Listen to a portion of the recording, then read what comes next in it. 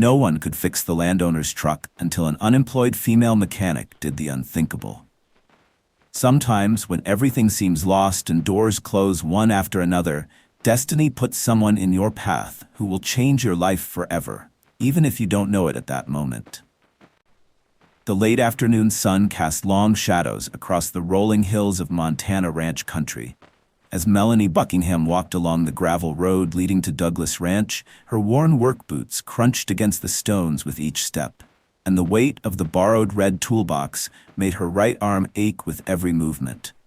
At 27 years old, Melanie had seen better days.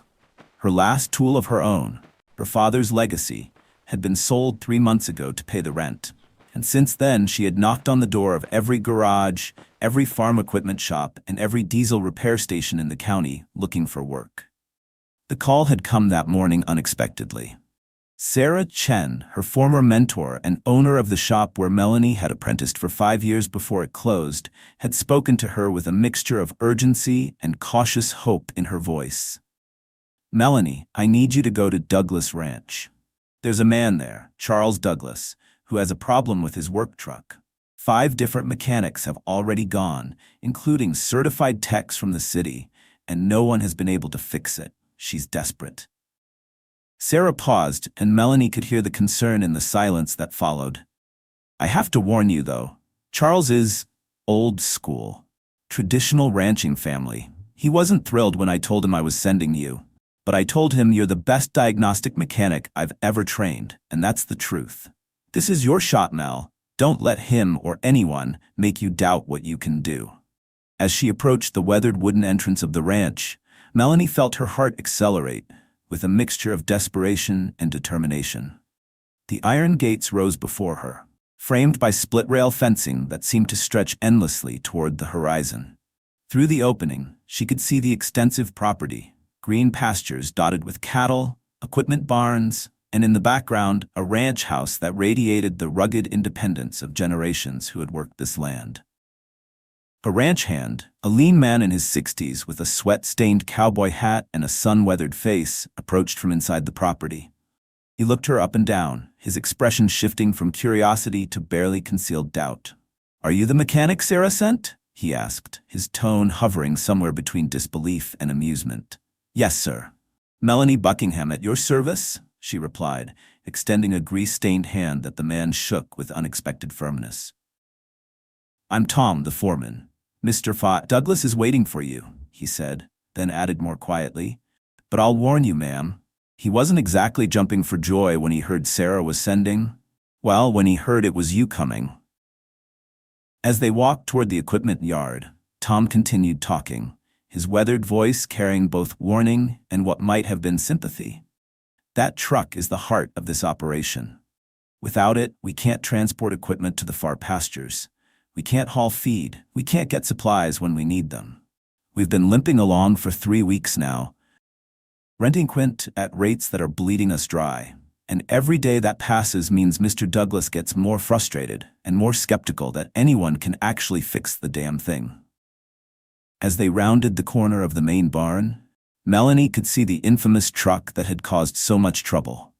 It was a 2015 Ford F-350, white paint, faded and streaked with rust and the dirt of hard ranch work, clearly battered by years of service in unforgiving conditions. But what caught her attention most was not the vehicle itself, but the man standing beside it with his arms crossed and an expression that made his feelings perfectly clear. Charles Douglas was exactly as Melanie had imagined him, based on Tom's warning and Sarah's careful words. In his late 50s, he had the bearing of a man who'd spent his entire life working the land. Broad shoulders, weathered skin, steel-gray beard, and eyes that had seen every season and every hardship this ranch could throw at him. He wore a faded plaid work shirt, well-worn jeans, scuffed boots, and a brown cowboy hat that looked like it had been part of him for decades. His green eyes, sharp and assessing, showed a mixture of desperation and deep skepticism as they settled on her. "So you're the miracle worker Sarah thinks is going to solve what 5 professionals couldn't," Charles said without preamble, his voice carrying the weight of 3 weeks of frustration and what sounded like barely suppressed doubt.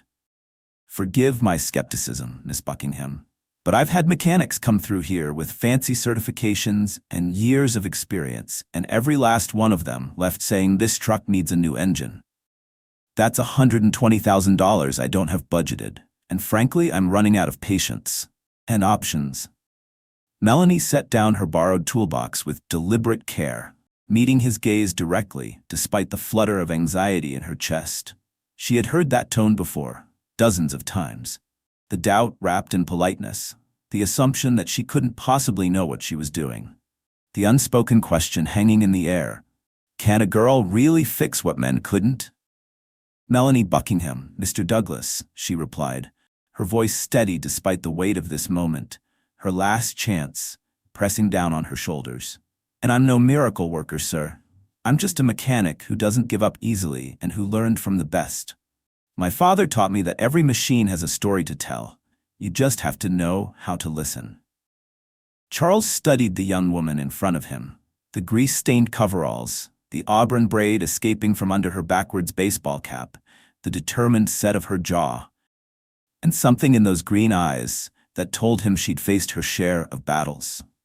There was something about her directness, the way she held his gaze without flinching, that made him pause. He'd seen plenty of mechanics swagger onto his property promising quick fixes. This one had walked up his driveway carrying borrowed tools with quiet determination, not bravado. The problem is complex, Charles explained, gesturing toward the truck with visible frustration. It starts fine, idles smooth, but the second you try to accelerate, especially under load, it chokes and sputters like it's starving for fuel. The other mechanics said it could be the fuel pump, the computer, the injectors, the whole damn fuel system. Each one had a different theory, and in the end, they all left saying the same thing: needs a new engine. That's more than I can afford right now. Melanie approached the vehicle and placed one hand on the hood, not unlike a doctor checking a patient's pulse. For a moment, she simply stood there, eyes closed, as if she could feel the mechanical heartbeat beneath the metal. "May I hear it run, sir?" she asked quietly. What happened next would determine not just whether this truck got fixed, but whether Melanie Buckingham's career and her dreams survived to see another day. During the following minutes, while Charles started the engine and followed Melanie's instructions, something extraordinary began to happen. The unemployed mechanic didn't just listen to the sound of the motor, she interpreted it like a conductor reading a symphony. Her eyes closed at times, her head tilted slightly, and her calloused hands moved through the air as if tracing invisible pathways of fuel and electricity. "Give it gentle acceleration. Now harder. Now let it idle," Melanie murmured, completely absorbed in her diagnosis, oblivious to the small crowd gathering around them. Jake, a stocky ranch hand in his 30s with arms crossed and a smirk playing at the corners of his mouth, leaned against the barn wall watching. "Well, this should be interesting," he muttered to another hand standing nearby.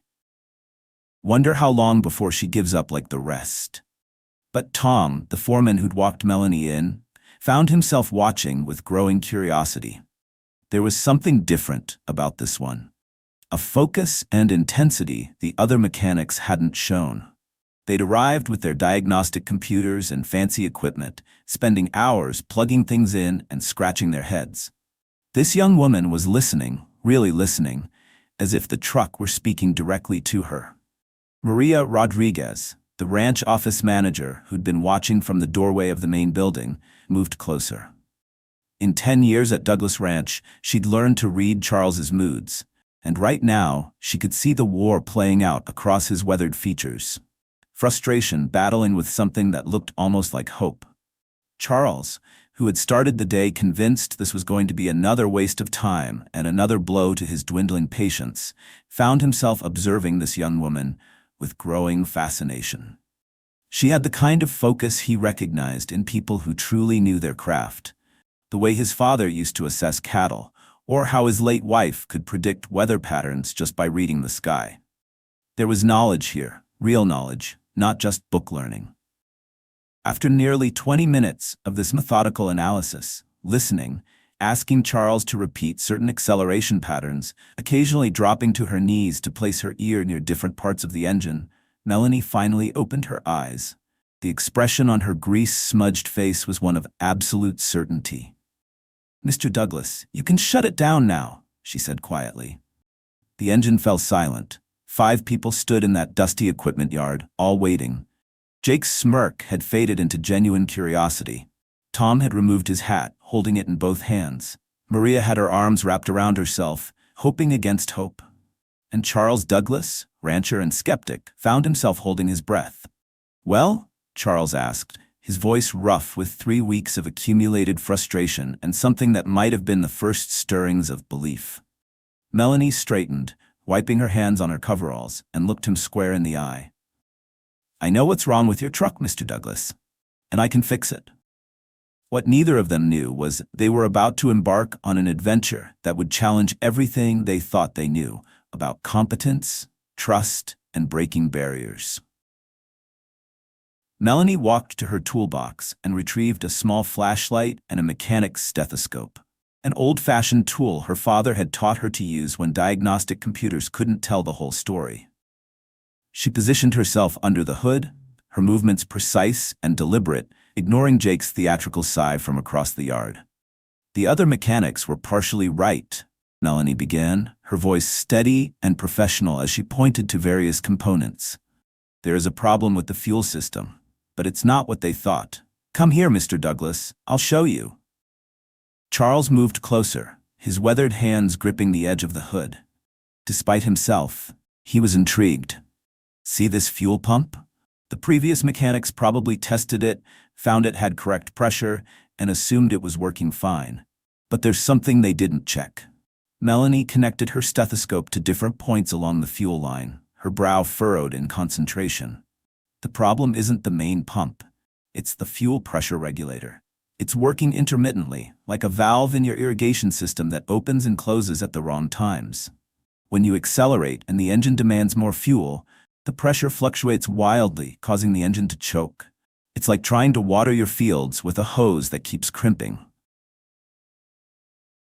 The irrigation analogy landed. Charles's eyes narrowed thoughtfully, processing the explanation through the lens of something he understood intimately. "And you're sure about this?" Charles asked, his skepticism wavering but not gone. "Because the mechanic from Billings said, maybe the lady doctor needs a second opinion." Jake interjected, his voice dripping with condescension as he pushed off from the barn wall. "No offense, sweetheart, but this truck's beaten some pretty experienced guys."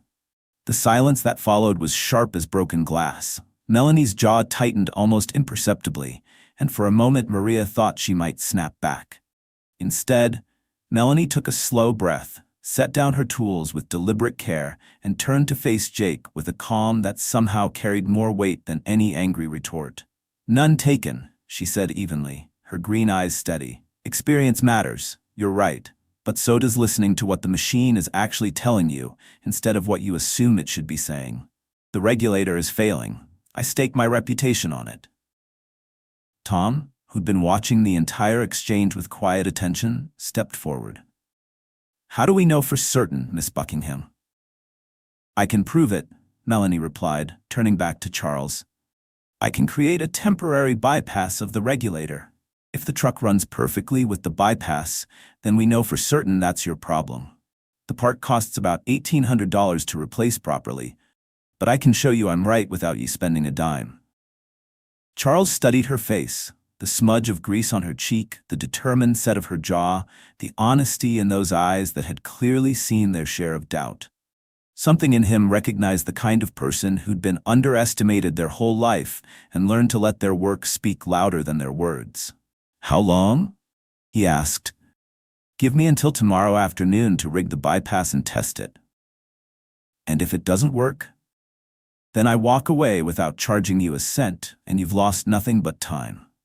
Charles removed his hat, ran a hand through his gray hair, and looked at Tom, who gave an almost imperceptible nod. Maria, still standing in the background, smiled slightly. "All right, Miss Buckingham," Charles said finally. "But I need you to understand something.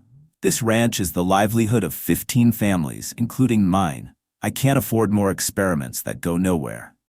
"I understand completely, sir, and I promise you, I won't let you down." Melanie paused, then added quietly, "But I have one condition. Charles's eyebrows rose. You're making conditions? Just one. Respect.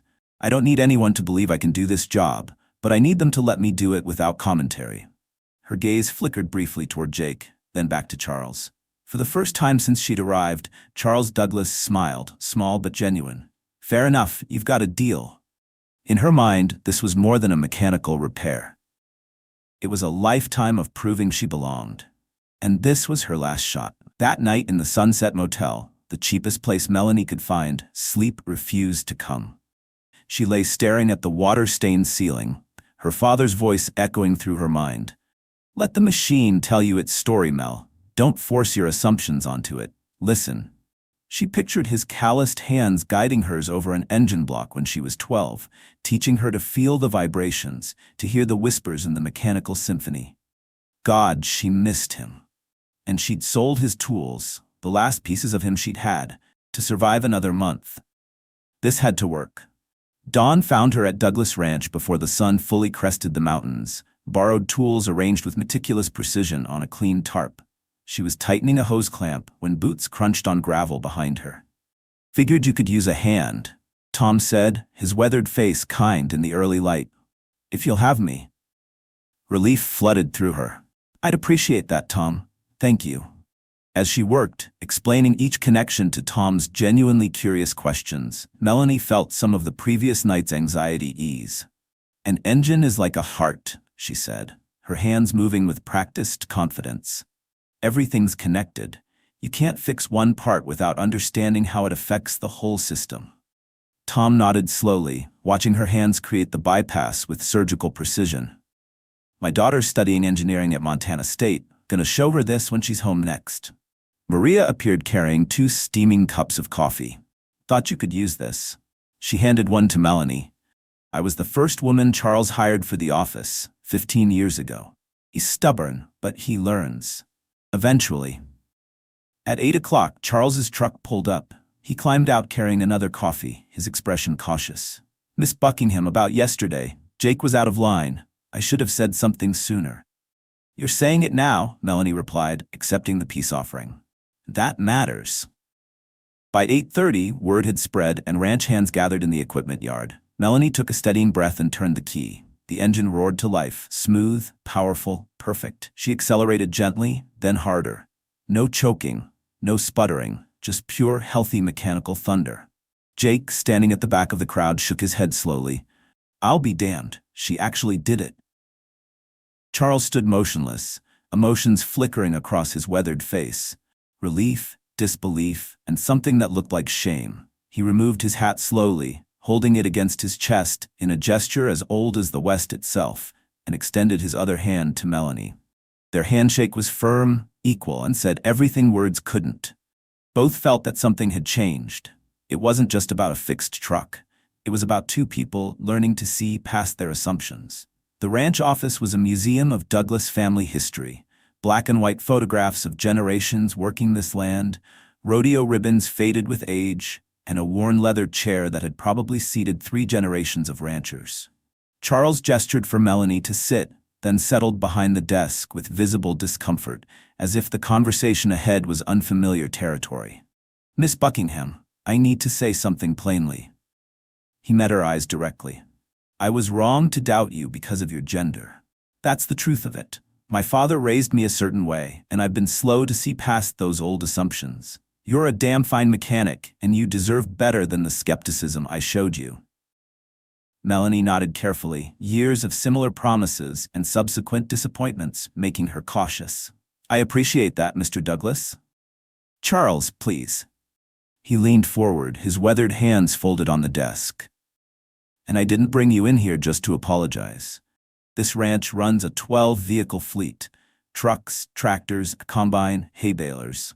Last year alone, I spent over $80,000 on repairs and maintenance, most of it because mechanics from town don't understand agricultural equipment the way someone who's worked with it does. He paused, choosing his words carefully. I've been resistant to change, trapped in old ways of thinking. But what you did out there today opened my eyes to something. I need someone who can actually solve problems, not just throw parts at them. Melanie's heart began to beat faster. What are you saying?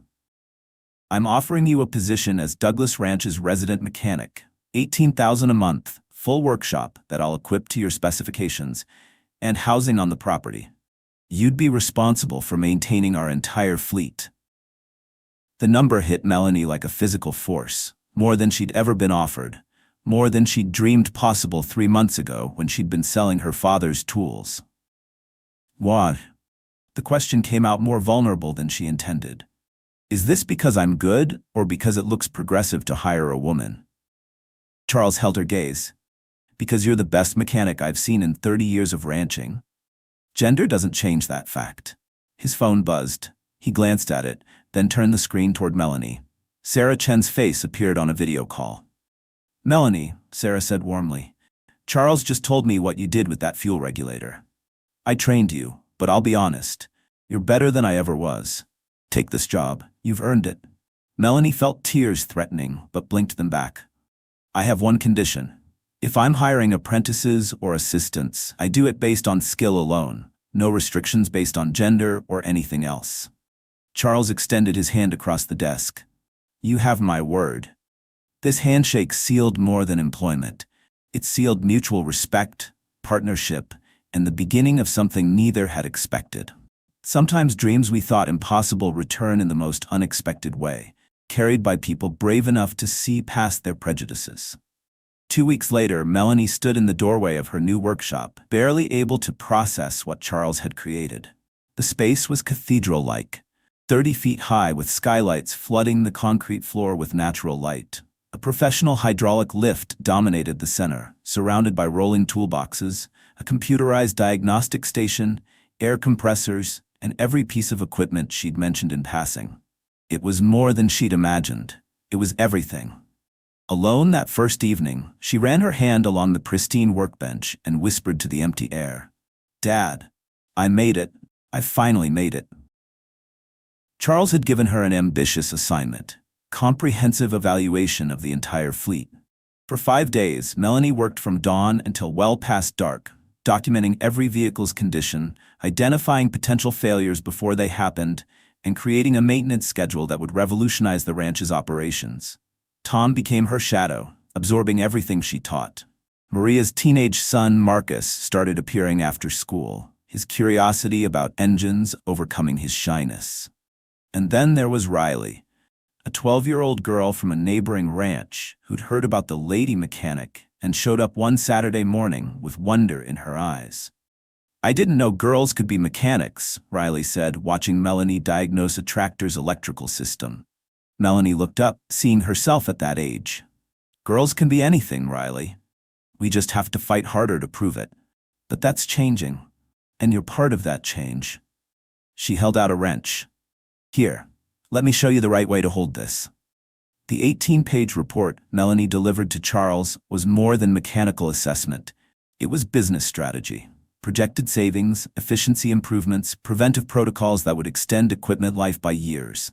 Charles read it twice in his office, then looked up at Melanie with something like awe. "I thought I was hiring a mechanic. I hired a visionary." Later that evening, sitting on the workshop's back steps watching the sunset paint the mountains gold, Charles spoke quietly. "My wife Catherine wanted to run this ranch after my father passed. He told her women didn't have the head for it. She proved him wrong, ran it better than he ever did. When she died 5 years ago, I realized I'd become just like him, stuck in old thinking." He paused. "I'm grateful you gave me a chance to be better." Melanie understood then that pain breeds prejudice, but growth is always possible for anyone brave enough to try. The true transformation was just beginning, and it would reach far beyond one ranch. The call came at 6 in the morning, Charles's voice tight with barely controlled panic. "Melanie, the combine's down. Middle of the wheat harvest. We've got maybe 3 days before weather turns and we lose everything. $200,000. 40% of the ranch's annual income. Every specialized technician within 200 miles was already booked solid during harvest season." When Melanie arrived at the equipment yard, Jake was there, his face pale. "Maybe we need a real tech." He stopped mid-sentence, catching himself. "Christ, I'm sorry. Old habits. If you can fix this, Melanie, you'll save 15 families' livelihoods."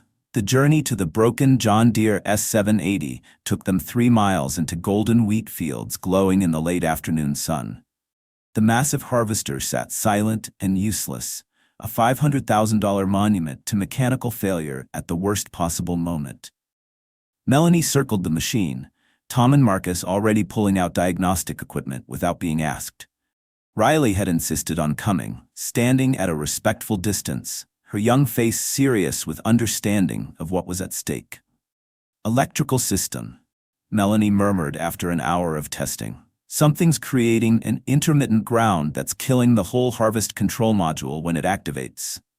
Her hands moved through the complex wiring harness with surgical precision, tracing circuits while Tom held components steady and Marcus called out multimeter readings. By 9 o'clock, they were working by floodlight, Melanie's coveralls soaked with sweat and covered in wheat chaff. Charles appeared with sandwiches and coffee, then stayed, holding the flashlight steady while her hands disappeared into the electrical panel.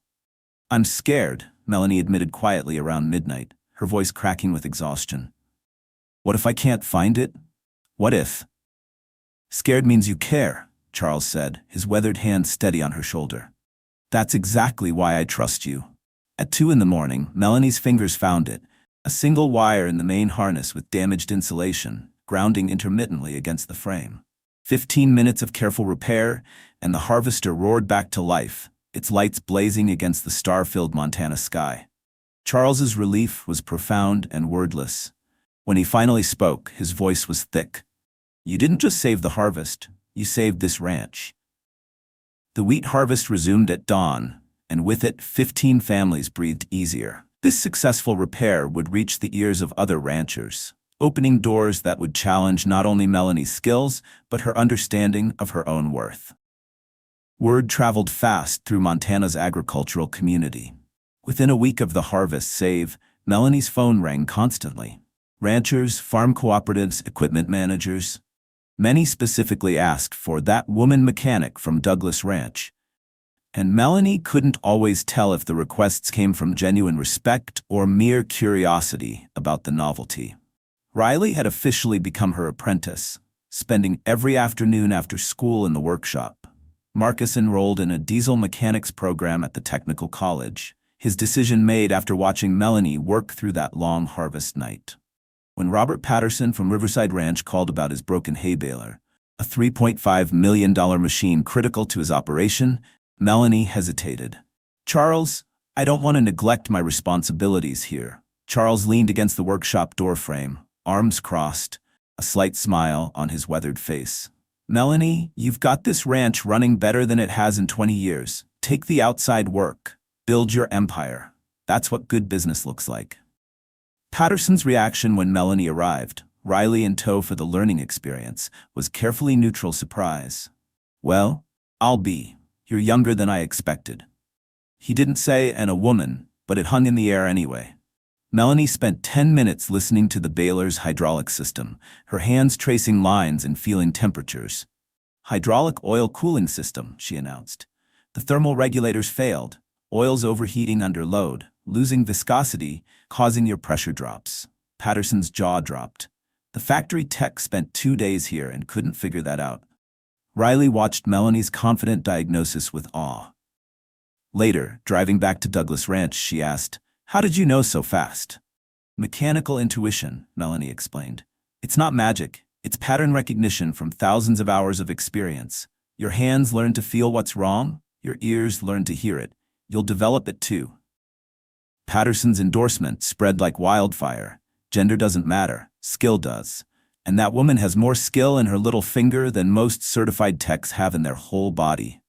The local paper called requesting an interview about the female mechanic breaking barriers. Melanie felt queasy. Was she a mechanic who happened to be female or a symbol? A token or a trailblazer? Charles found her that evening, staring at her workshop tools. "You're wondering if you're real or just a headline?" "Am I a gimmick, Charles? You're yourself, that's enough. Some people will see a woman first, a mechanic second. Others will see pure competence. You can't control their lens, only your work."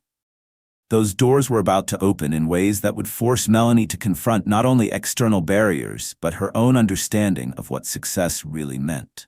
Victoria Martinez's voice carried authority and urgency. "Miss Buckingham, I'm calling on behalf of the Regional Agricultural Producers Association. We have two matters to discuss. One is an emergency. The other is an opportunity that could change your career."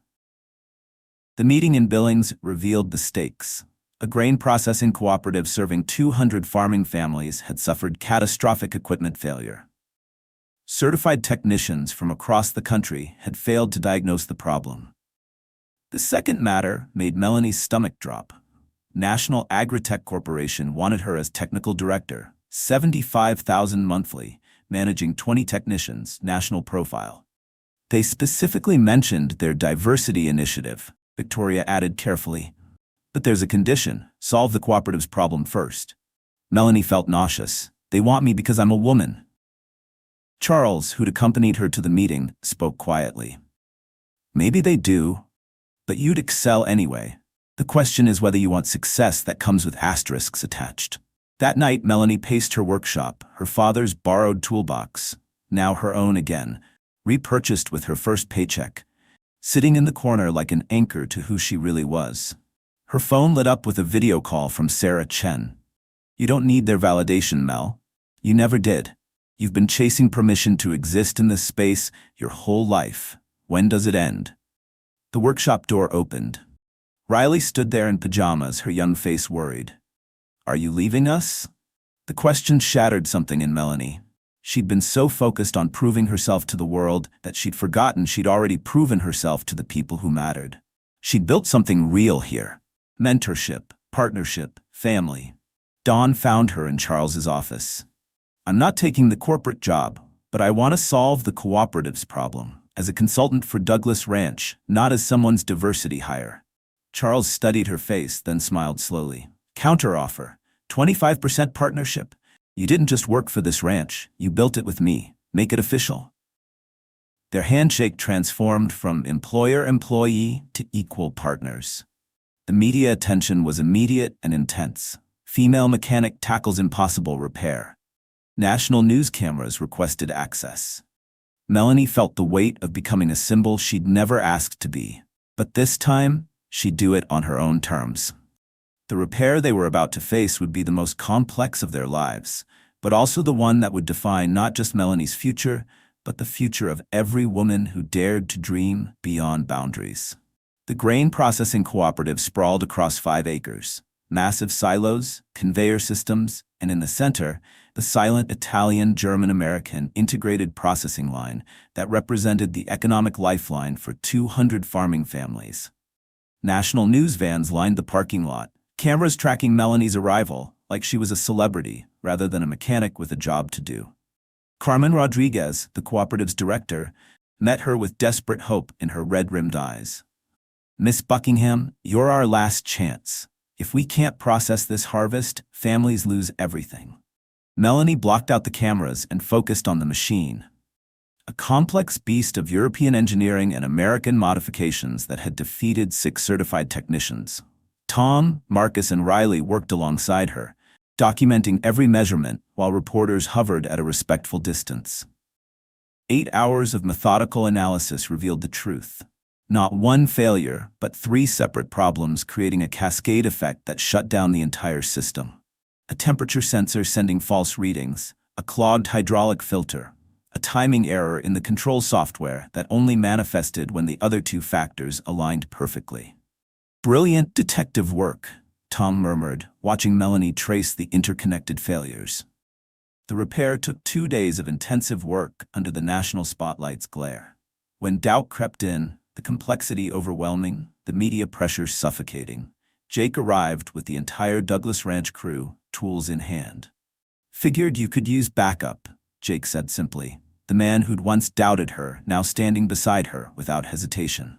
Charles appeared with coffee at midnight on the second day, his steady presence an anchor. "Remember why you're here, Melanie. The families, not the cameras."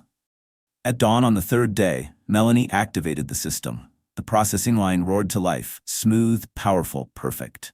Grain flowed through the system exactly as designed, and Carmen Rodriguez wept with relief. Victoria Martinez addressed the assembled media. "This is what excellence looks like," a reporter pushed forward. "Miss Buckingham, what's it like being a woman in a man's field?" Melanie, covered in grease and exhaustion, met the camera directly. "I'm not a woman mechanic. I'm a mechanic. That's all that should matter." Job offers flooded in. Corporations, universities, international firms. Melanie rejected them all, staying loyal to Douglas Ranch and the community that had given her a chance when no one else would. 1 year later, Douglas Ranch Technical Services employed 80 people. Marcus managed the diagnostic division. Riley, now 13 and certified in basic mechanics, was the youngest apprentice in company history. The female mechanics apprenticeship program had a waiting list of young women from across 3 states. At the anniversary celebration, Charles stood before the crowd, his voice thick with emotion. "A year ago, I hired Melanie because I was desperate. I'll be honest, I had doubts. Not about her skills, once I saw them, but about my own prejudices. This company's success isn't about me being progressive enough to hire a woman. It's about all of us learning to see ability instead of assumptions." Melanie didn't just fix machines, she fixed how we see people. After the speeches, a small figure approached Melanie, a girl no older than 10, carrying a bright red toolbox that looked too big for her hands. "Miss Buckingham, I'm Emma. I want to be just like you when I grow up." Melanie knelt down, seeing herself at that age, the girl who'd stood in her father's garage, told by the world she didn't belong. Tears blurred her vision. "You know what, Emma? You don't have to be like me. You just have to be yourself, and that's more than enough."